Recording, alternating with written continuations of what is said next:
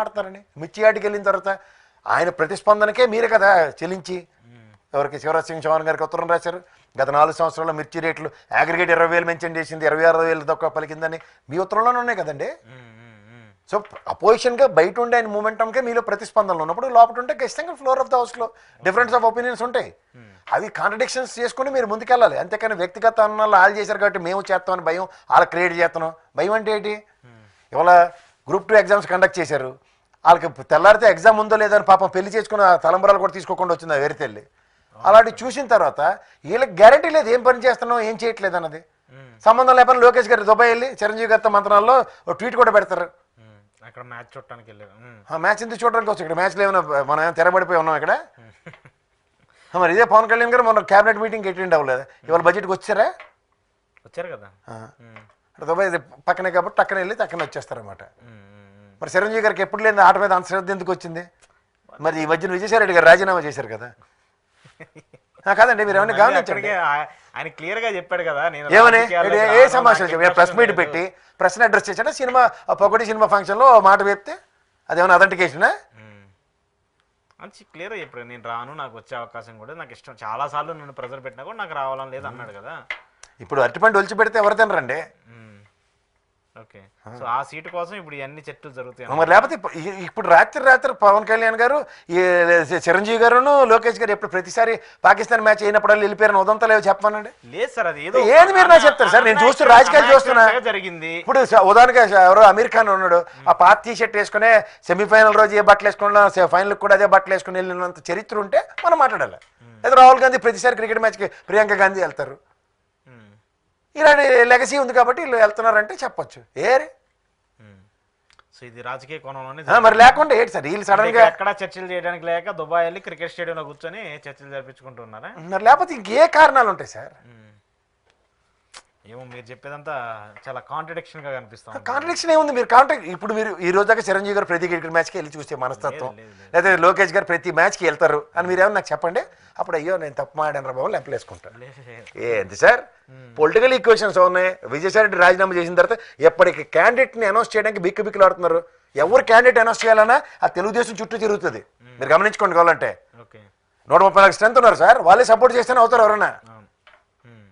మరి ఈ లాజిక్ కూడా మర్చిపోతే సో ఇప్పుడు ఆ సపోర్ట్ కోసం జరుగుతూ ఉందంటారు ఇదంతా. అది ఎక్కడ జరుగుతుంటే ఇప్పుడు ఢిల్లీ వెళ్ళి రాజకీయ చదరంగం ఆడి రాజకీయ చక్రాలు తిప్పిన లోకేష్ గారిని చూసిన తర్వాత కూడా ఈ రీసెంట్ పాస్ట్ డెవలప్మెంట్స్ మీద మీకు ఎందుకు కాంట్రడిక్షన్ అంటున్నారు? అంటే చంద్రబాబు గారు అరెస్ట్ ఉదంతం తర్వాత ఢిల్లీలోనే టెస్ట్ వేసుకున్న లోకేష్ పరిణామాలు గమనించకుండా మాడుతూ ఉంటుండ్రా? అంటే ఇక్కడ ఎక్కడా జరగని ఆ చర్చలన్నీ కూడా దుబాయ్లో జరుగుతున్నాయా అని. మరి జరిగే అవకాశం ఉంది కదా. ఈయన ఇంత మ్యారేజ్ డే అని చెప్పి వెళ్ళిన తర్వాత ఆయన ఉండి ఇన్నాళ్ళు పట్టిన తర్వాత క్రికెట్ మ్యాచ్కి స్పెసిఫిక్గా వెళ్ళడం, ఇవన్నీ అద్భుతాలు జరుగుతున్నప్పుడు ఇంకో వండర్ జరగదని ఏమనుకోవచ్చు. ఓకే, సో అవన్నీ చూస్తాం. ఎందుకంటే సడన్గా మీరు చూడండి పవన్ కళ్యాణ్ గారు సైలెన్స్ నుంచి మళ్ళీ వాయిస్ మాడ్యులేషన్స్లోకి వచ్చారు. ఈ డెవలప్మెంట్స్ అన్ని కనబడుతున్నప్పుడు చేంజెస్ ఉంటాయి కదా. ఎందుకంటే ఆయన ఇప్పుడు మాట్లాడారు కదా, ఇప్పుడు జగన్మోహన్ రెడ్డి ప్రతిపక్ష హోదా ఇవ్వాలంటే జపానో బెర్నా ఎక్కడికో పంపించాలి, అక్కడే కుదురుతుంది అని చెప్పేసి. సో ఇదైతే అనవసరంగా వాళ్ళంటే తప్పు లేదు, అలాగే ఎక్కడికో పంపించాలి అవన్నీ అన్నప్పుడు మీకు ఇష్టమే. కానీ మేము ఈ విషయంలో మాట్లాడితే మాత్రం కాన్స్పిరసీ మీరు కాంట్రడిక్షన్. ఇప్పుడు ఇక్కడ ఇంత పెద్ద ఇష్యూ జరుగుతుంది, ఇక్కడ ఒకవేళ సమావేశం అవ్వాలనుకున్నా కలవాలన్నా కూడా ఇక్కడ జరుగుతుంది కదా. డైరెక్ట్గా దుబాయ్ వెళ్ళి క్రికెట్ మ్యాచ్ సంబంధించి కూడా చూసుకోవడం, అఫ్కోర్స్ మీరు చెప్పిన చాలా వరకు లాజికల్గా చూసినప్పుడు కూడా 1-to-1 కనెక్టివిటీ ఉంటుంది. కానీ ఈ అంశానికి సంబంధించి అక్కడ దాకా వెళ్ళి చర్చలు జరగాలనేది నా పాయింట్. ఇక్కడ మాడితే నిన్న మీరే పట్టుకోండి మైకి వెళ్తారు. ఏంటి సార్ నిన్న మీరు చెప్పారు రాజకీయాలు చేయమని అన్నారు, మరి సార్ లోకేష్ మీటింగ్ అని అడుగుతారా? అడగరా? అడుగుతాను, డెఫినెట్గా అడుగుతారు. సో అలాంటి ఈక్వేషన్స్ జరుగుతూ ఉంటాయి. ఎందుకు అదేంటి అది కంక్లూడ్ అవుతుందా విజయసాయి రెడ్డి సీటుకి సంబంధించి? ఏమో అలా సడన్గా వాళ్ళ అమ్మాయి అంటుంది. వాళ్ళ అమ్మాయి విజయసాయి రెడ్డి గారు వాళ్ళ డాటర్. గుర్రాలు ఎన్ని రకాలుగానే ఎగరవచ్చు. అంటే ఎక్కడి నుంచి ఇటు ఏ పార్టీ నుంచి వస్తుంది? అది ఏదైనా పార్టీ నుంచి వస్తుంది సార్. పొలిటికల్ మూవ్స్ అవి. ఒక పొలిటికల్ గేమ్ ఒక దగ్గర నుంచి స్టార్ట్ అయినప్పుడు ఎవరెవరు కుబుసాలు కదులుతో చూసుకోండి. అంటే పొలిటికల్ గేమ్ అంటే ఎటు నుంచి? టీడీపీ నుంచి వస్తుందా, అది బీజేపీ నుంచి వస్తుందా, ఆర్ఎల్ సమ్ అదర్ పార్టీ నుంచి వస్తుందా? ఏదైనా విజయసాయి రెడ్డి వదిలిన తర్వాత వచ్చిందే కదా. వద్దన్న తర్వాత వచ్చింది. ఇప్పుడు వదిలిన తర్వాత ఏదైనా సరే ఇప్పుడు అది వాళ్ళ అమ్మాయి వెళ్తున్నారంటే ఏదైనా విజయసాయి రెడ్డికి తెలియకుండా వెళ్తుందా? విజయసాయి రెడ్డికి తెలిసి వాళ్ళ అమ్మాయి ఏంటంటే పొలిటికల్ మూవీ కదా. డెఫినెట్ గా ఇది ఒక చదరంగమే కదా. కాదు చిరంజీవి గారికి ఇచ్చారంట, ఇంకో చదరంగమే కదా. లేదా బీజేపీ ఉన్న తీసుకొచ్చి మన నెతికెట్టారు అనుకోండి, చదరంగమే కదా. ఓకే. సో ఖచ్చితంగా అలాంటి ఈక్వేషన్స్ అంటే మేబీ అది కూడా if in case Jaganmohan Reddy వ్యూహం ఇది కూడా ఒక వ్యూహమే అనుకోవచ్చా? మరి వ్యూహాలు లేకుండా రాజకీయం సన్నాసి మాటలు ఇటు కూర్చోరు కదా. ఆయన చెప్తూ ఉన్నారు కదా ఇందాక కూడా సమావేశంలో, నేను 30 ఏళ్ళు రాజకీయం చేస్తాను, ఈసారి నా వ్యూహాలు కూడా చాలా డిఫరెంట్గా ఉంటాయి అనేది. ఆబ్వియస్లీ ఉంటాయి, ఉండకుండా ఏమి ఉండవు. ఓకే.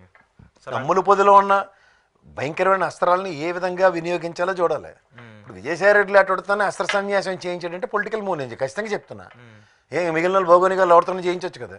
ఇదే పరిమళతో ముక్కుతో మూలుతో ఉన్నావు కాబట్టి ఎత్తే అన్నారు అనుకోండి జెండా, ఏమవుతుంది? ఓకే.